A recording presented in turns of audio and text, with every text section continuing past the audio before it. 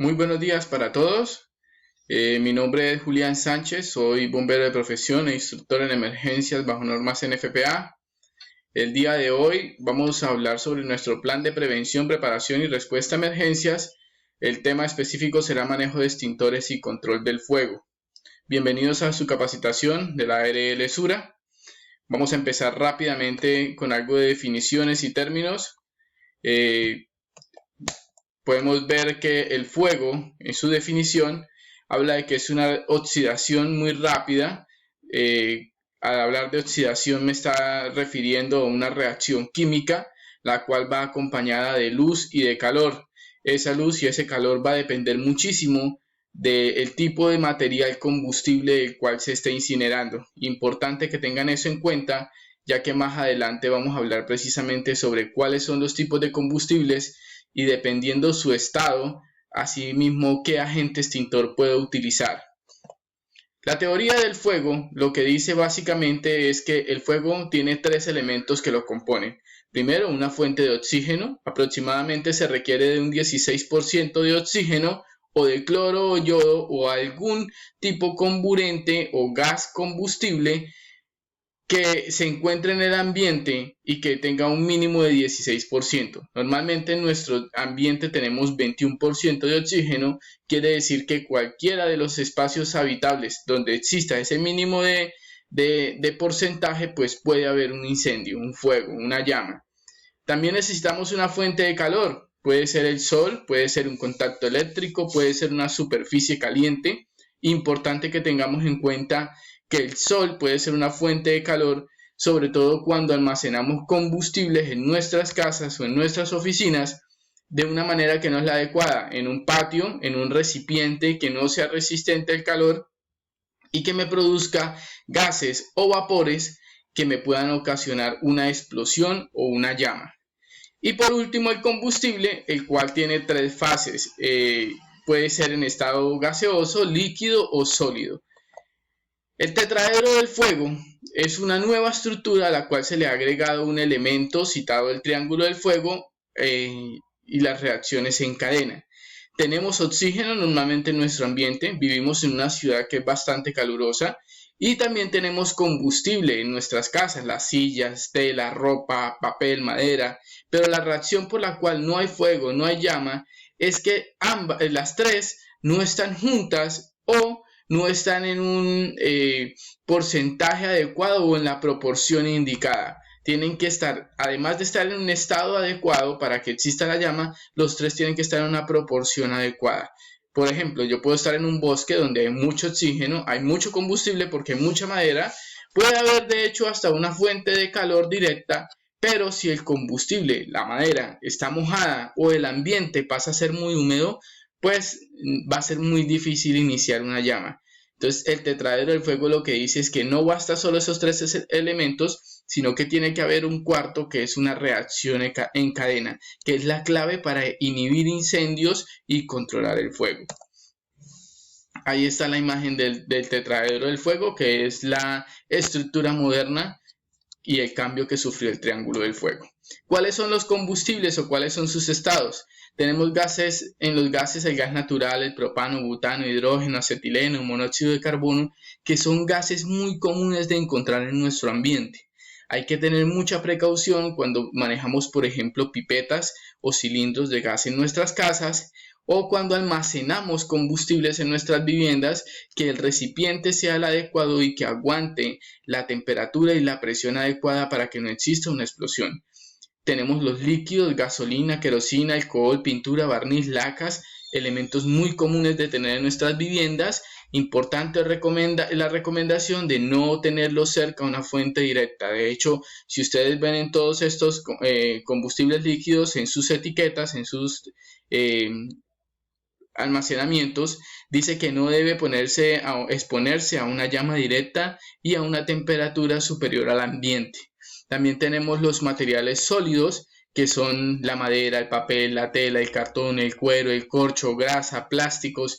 Todos esos son materiales sólidos. Tengámoslo en cuenta porque de aquí es donde sale la clasificación de incendios y cómo puedo yo hacer control de un incendio.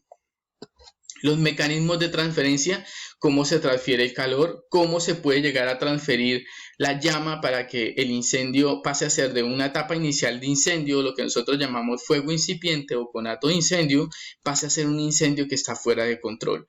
Los tres mecanismos más comunes son la irradiación, que es el calor que irradia la llama, que como les decía en un principio va a depender mucho y va a variar mucho del tipo de material combustible que se esté quemando. La conducción, que como pueden ver es el calor que se transfiere por una superficie que sea de un material altamente conductible de calor, por ejemplo el metal, el hierro, el acero, el aluminio, el cobre, todos esos metales son muy buenos conductores de calor y también de electricidad.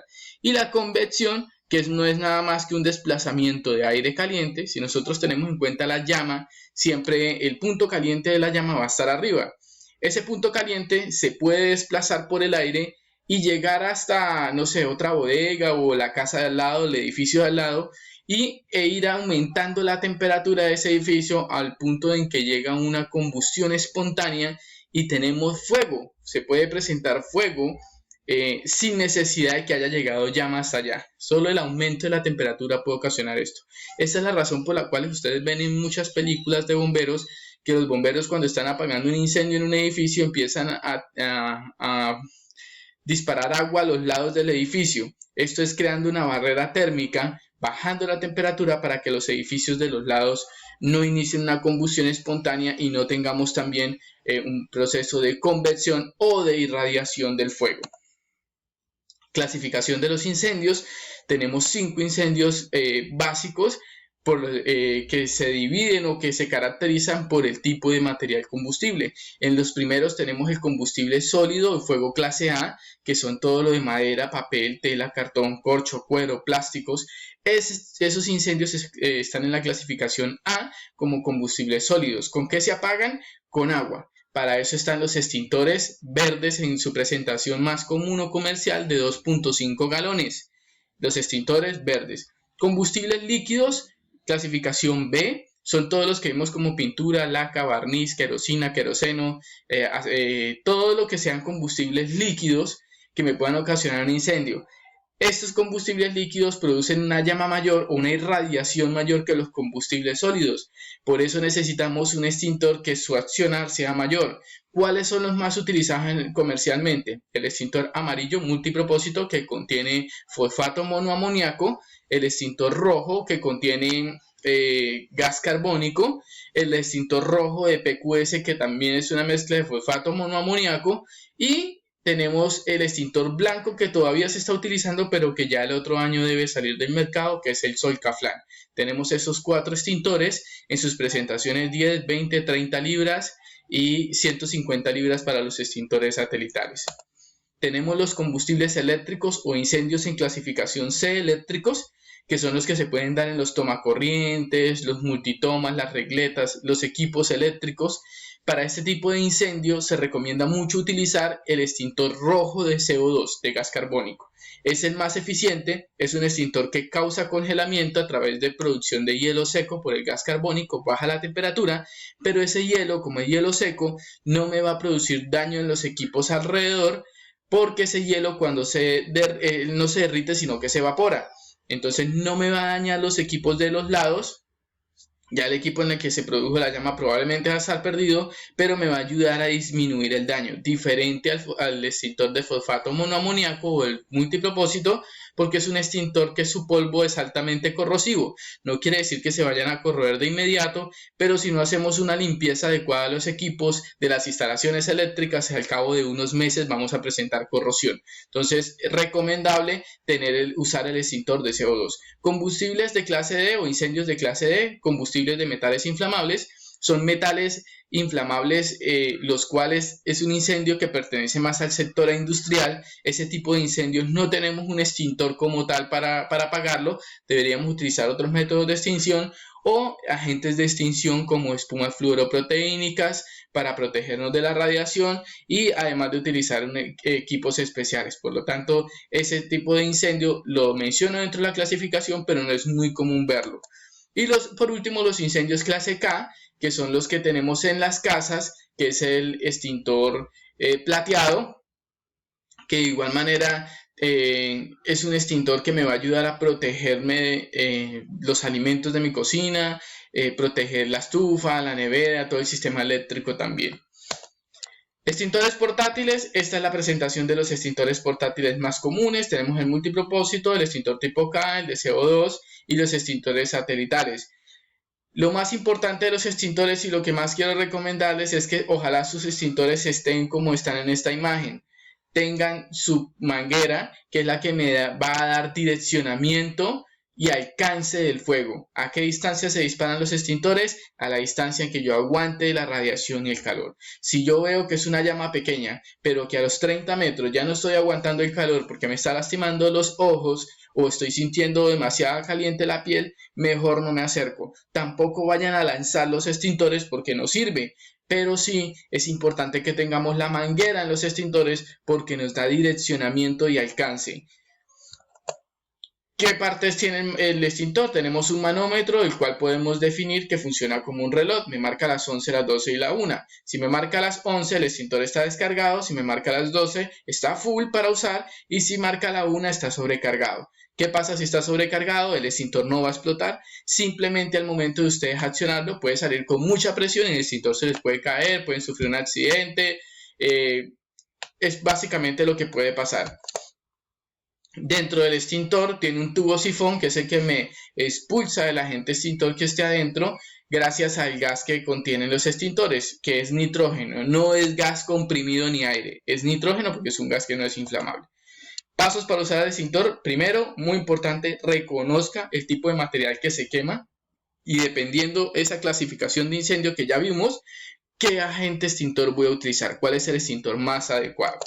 Revise el manómetro y la fecha de vencimiento. Los extintores deben hacerse un mantenimiento anual para así saber si sirve o no. El polvo químico seco no se daña, pero muchos de ellos se despresurizan, o sea, el gas empieza a salir. Entonces es importante anualmente hacerle una revisión. Identifique la dirección del viento. Usted debe hacerse de tal manera que el viento le pegue en la espalda para que se lleve la radiación, el calor y el agente extintor que va a utilizar no se devuelva hacia sus vías respiratorias, que es muy importante que las protejan. Retire el pasador. Damos una vuelta para que esta cadenita que ustedes ven en la presentación se rompa, retiran el pasador y hacen una pequeña descarga. Yo he visto que muchos instructores recomiendan que golpeen la manilla. No la golpeen porque pueden dañarla. Simplemente realicen una pequeña descarga antes de acercarse al fuego y cuando sepan y estén seguros que el extintor funciona, entonces ahí sí nos dirigimos a apagar el incendio. ¿Listo? Y por último, dirija la descarga a la base. Importante, disculpen, creo que se paró la cámara un momento. Importante que dirijan el extintor a la base de la llama para que desplacen el oxígeno. Si ustedes desplazan el oxígeno disparando en ese movimiento de zigzag a la base de la llama, va a ser mucho más eficiente apagarlo. Estas eran las recomendaciones que teníamos.